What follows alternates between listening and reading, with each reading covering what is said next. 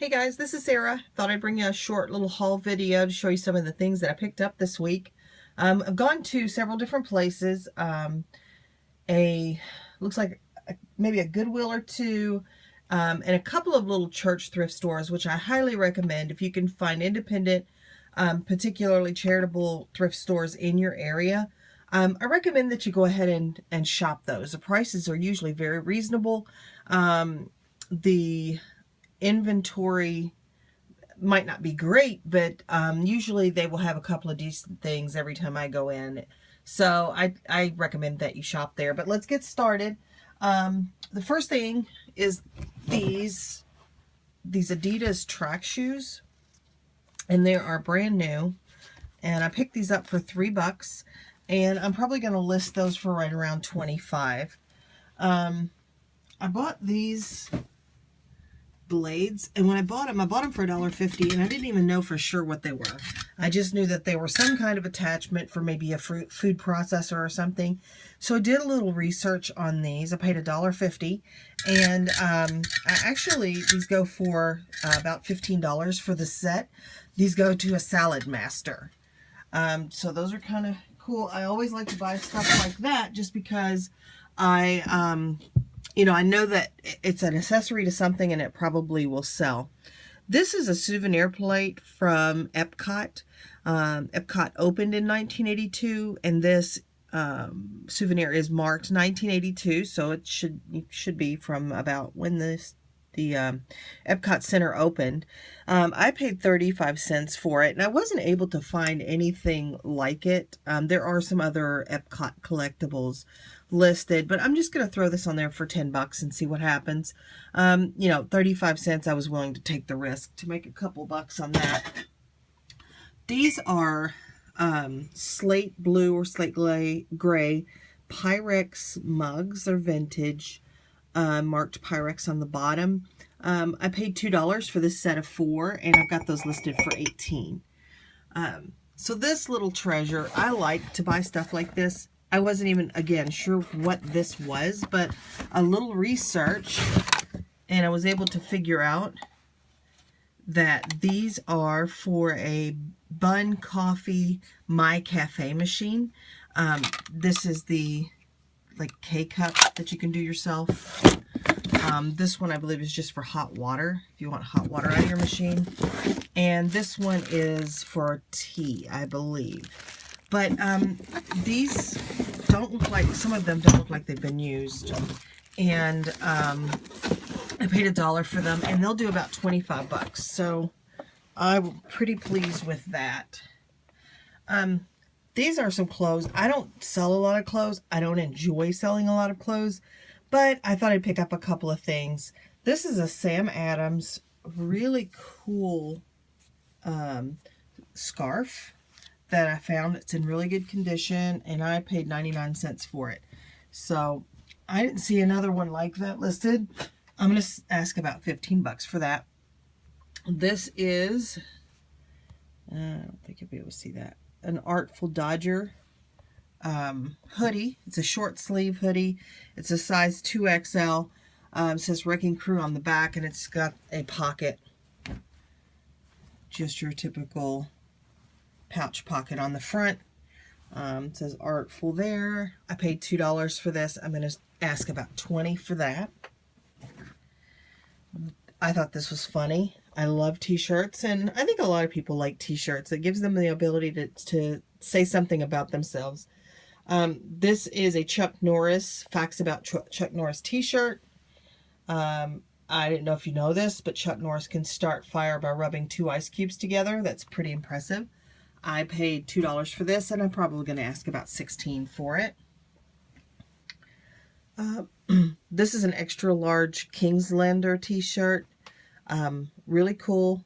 I like this shirt. I may end up keeping it myself, but otherwise I'm going to ask about $16 for it. It's a size large, and it's actually got the tags still on it. So it's a brand new t-shirt. This one is a reference to Caddyshack, for all you Caddyshack fans out there. This is the Dalai Lama, and it says Big Hitter. And this is when Bill Murray is in the movie talking about how he caddied for the Lama, and he says the Dalai Lama was a big hitter. So I thought that was kind of funny. It's not a big size. It's a medium. I paid $2 for it. I'm probably going to ask $15-16 for that. This is a teapot, and it's Lint Stymiced, and I don't know if I'm saying that right because I have not run across this brand before. But I paid $2 for it, and it's actually, from what I can tell, there are no chips in it, unless there are chips inside that ring, because I couldn't check because it was taped shut. And I'm just not one of those people generally that will open tape.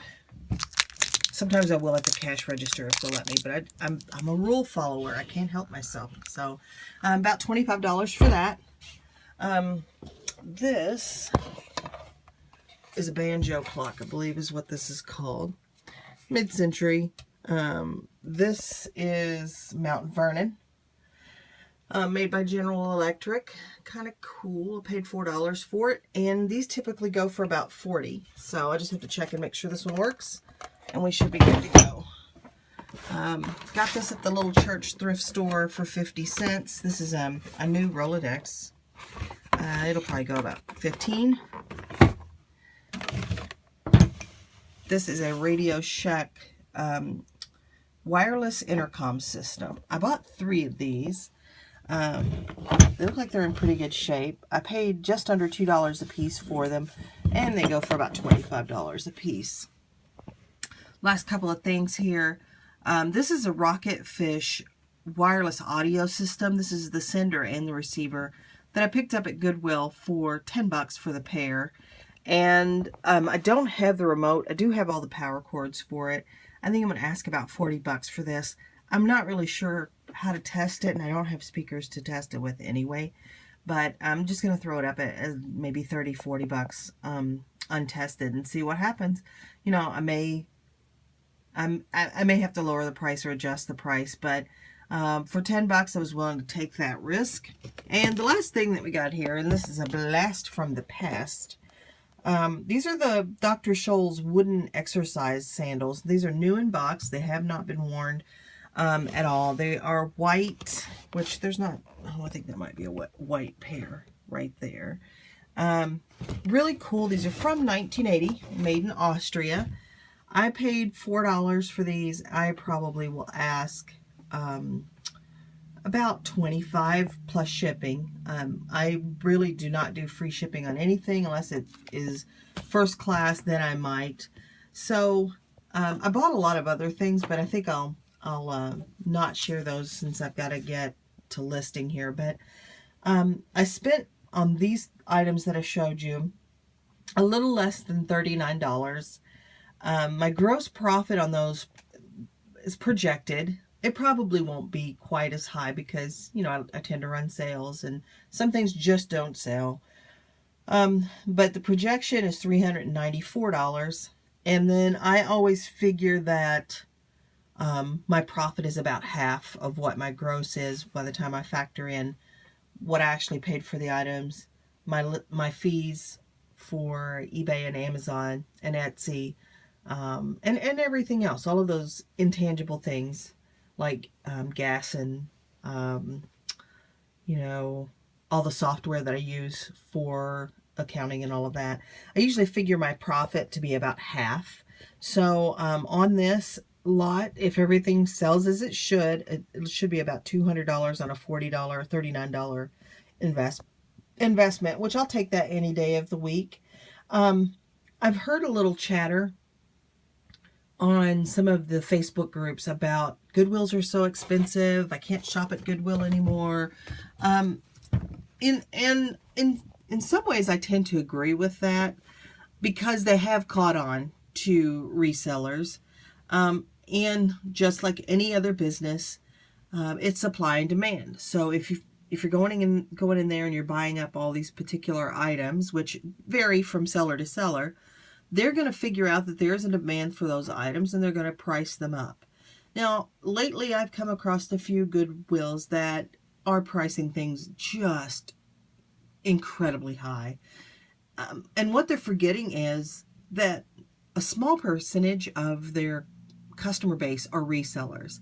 The rest is just the general public who are trying to get good, good items at a good price. I keep in mind though that all Goodwills are independently owned, and or I wouldn't say all, but most are independently owned, and so what the practices of one Goodwill might be don't necessarily reflect all of them. I live in a mid-sized city, not a huge city, but there are a great number of Goodwills in the city, and some of them price things up. They're in more expensive parts of town. Their rent is more, and they do tend to price things up. But there are ones that are outlying, not right in the city, that that do price things well. And I continue to shop those. You also have to start looking at diversifying the types of products that you buy, because they may have caught on that Legos are going to sell for a higher price, or that Legos may be worth what they've been pricing them at. But start to buy other things. I try to buy a lot of different things. Of course, we all have our niche, but I just think that there are still things out there if you are willing to look for them. And don't forget that Goodwill is not the only thrift store. I shop at a lot of other types of thrift stores. There are a couple of little church-run thrift stores that, they're not in my backyard, but I'll go to them, even though it takes a few minutes for me to get there. But they usually have decent stuff, and their prices are usually fairly good. There's also, depending on where you live, Salvation Armies, Volunteers of America. I live in Ohio, and we have stores called Ohio Thrift, who mark up some stuff kind of ridiculously, but there's still gems out there to be found. So I know that there's been kind of a rumble about the pricing at Goodwill. There are other venues, and there's still things that are at Goodwill that are worth buying if you just keep looking. So my advice to you is be open-minded. I've learned a lot in the last year about what different items may be worth, and they're things that I wouldn't normally buy. So just keep an open mind, do your research, and keep listing to keep your eBay business up. Good luck to y'all, and I will talk to you soon with an update for my October sales. Take care, y'all.